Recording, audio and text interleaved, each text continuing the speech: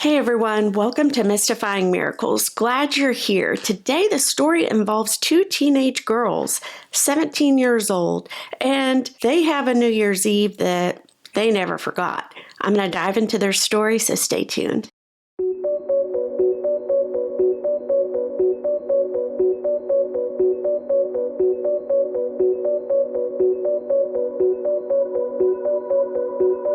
"17-year-old Mia Parsons and her friend Tanya Andrews were ecstatic for an upcoming New Year's Eve one year. They had planned to spend it in downtown Pasadena, California. Their parents thought they were finally old enough to do so, so the girls were excited for the first time. They were going to get to stay the whole night out. They had planned to just stay, hang out, listen to the music. The plan was to attend the parade the next morning and then go home and rest. The annual Tournament of Roses parade was going to be so much fun. Now, the parents thought it would be safe to do so. They did not have any doubts or worries because Mia and her group of friends, they were good kids. They didn't party, they didn't drink or get into drugs or anything like that.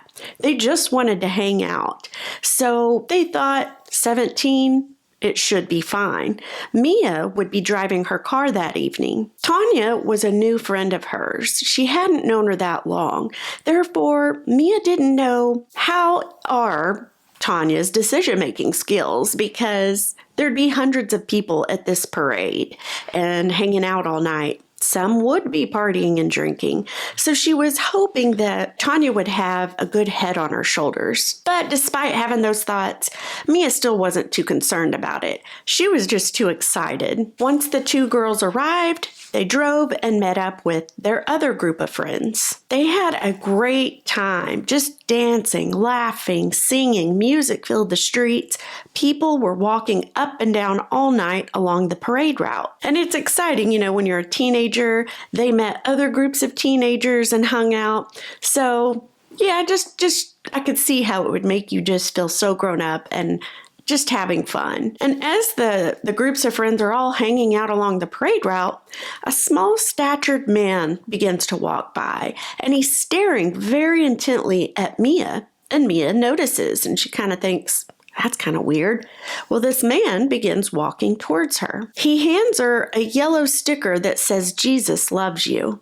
And Mia thought, well, that was so nice. So she says back to the man, she says, "He loves you too." The man smiled, turned around, and walked off. Mia turned towards Tanya just to kind of tell her about the odd little encounter, and Tanya kind of shrugged and said, it's New Year's Eve. There's all kinds of people out here. It wasn't long after that occurred that the group of friends decided to cruise down Colorado Boulevard.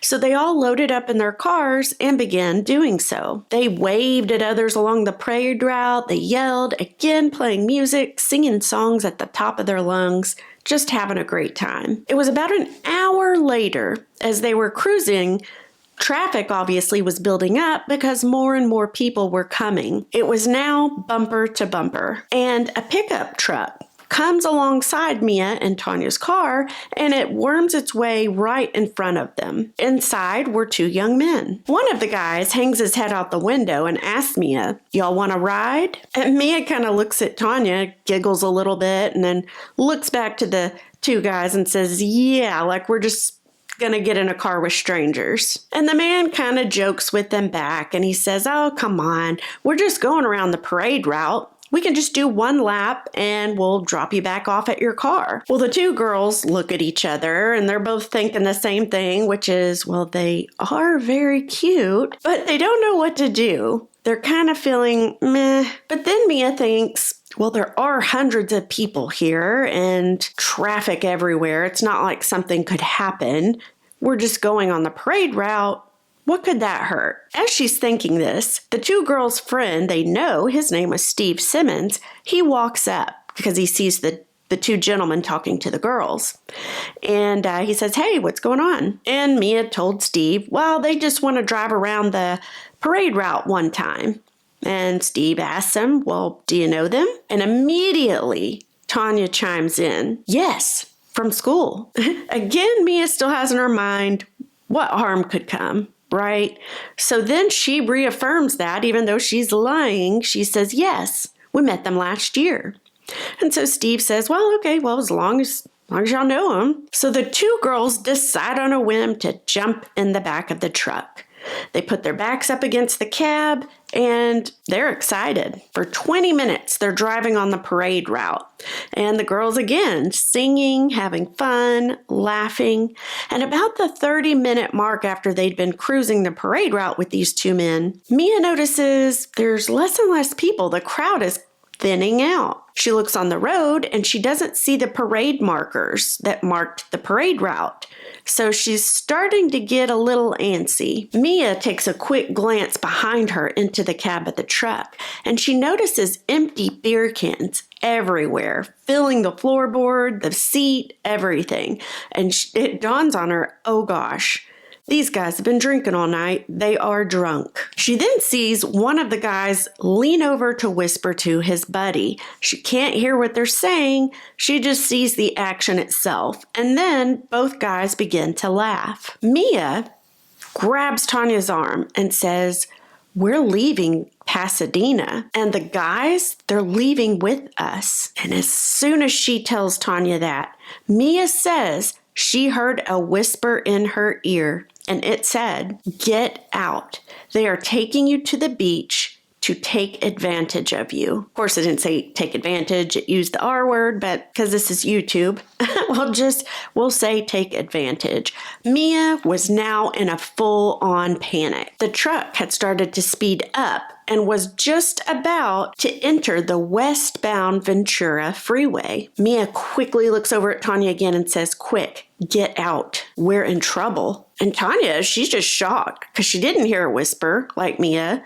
She didn't even know in this moment that Mia heard a whisper or that anything was going on, that the guys were drinking anything. So she's just sitting there shocked, like, what? What are you talking about? Mia really didn't have time to think. She was scared. Mia thought, you know what? I'd rather die trying to escape than be taken to a beach, assaulted, and who knows what else. So she immediately gets to action. She scoots to the back of the bed of the truck. She stands up and she says a quick prayer before she jumps. She says, God, I've gotten myself into a crazy spot here.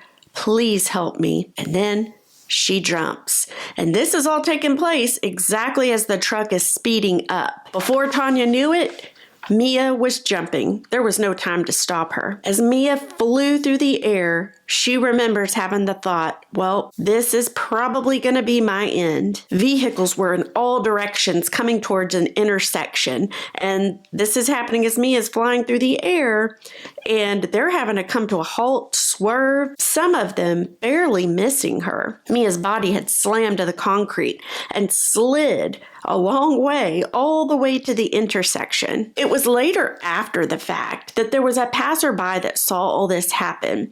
And he says that it was almost as if there was some sort of protective shield on Mia because she lay there untouched by anything. So many cars had swerved or gone, or stopped. It is a miracle she did not get hit. There was also a policeman that was riding on his motorcycle nearby. He also saw what happened. He goes to Mia to assist her. And as he's running over to her, he's thinking, well, I've seen enough traffic accidents in my career. This girl's going to have life-threatening injuries, most likely. Mia was laying there, not moving, but she was crying, and she was trying to tell the officer what was going on, that her friend was still in the back of that truck, and what those men were planning on doing. Well, when Mia jumped, the truck actually pulled over to the shoulder because they had seen that one of the girls had jumped out the back.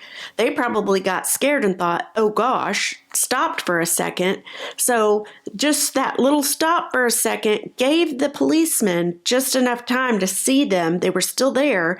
And as they start to pull off to go towards the freeway again, the cop hops on his bike and chases them. As he's chasing them, he also calls for an ambulance to attend to Mia. He does catch up to the truck and pulls it over. Of course, the men were drunk. He begins giving sobriety field tests. Meanwhile, Tanya's jumping out of the truck once it stopped, and she's running all the way back to where Mia was in the road. She gets to her and asks, "Why did you do that? Why did you jump?" And Mia is still crying. She tells her about the whisper she heard in her ear. And Tanya's thinking, weird, I didn't hear that. And it was then that for the first time, Mia was able to roll over on her back because she had been laying there on her side.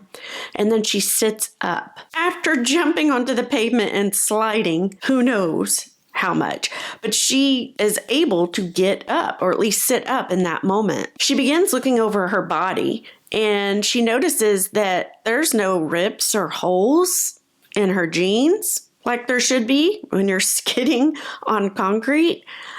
She had no cuts, nothing visibly wrong. She says that there was not even any dirt on her clothes, not even a simple skinned knee.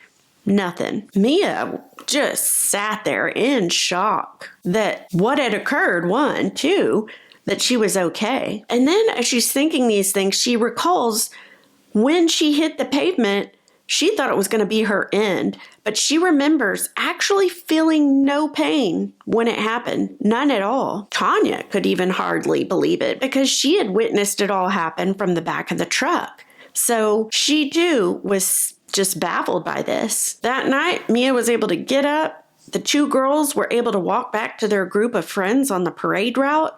And again, no broken bones, no nothing. It was crazy. Now, as for the two guys, the story didn't go into details, but obviously they were given sobriety tests, which they failed. So don't know that the ending to that story, those guys' names or anything like that. Thank goodness that there was some divine intervention in this story for those two girls. And it was also later on that night as they were walking back to their friends, the two girls, Mia looks down at her arm and she notices that yellow Jesus loves you sticker. It was still on the sleeve of her arm where she put it, untouched, not ripped or coming off. It was still there. And the girls were just, again, shocked. They chatted all that night and thereafter just about how miraculous that night was. And definitely it was a New Year's Eve they never forgot. So, what a fantastic story, guys. Let me know what you thought about it.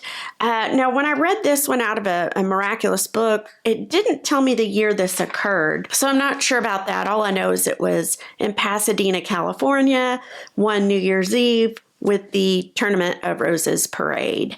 So anyhow, I hope this story, this miraculous one, was a blessing to you. Thank you so much for watching, and I'm going to see you guys for the next one.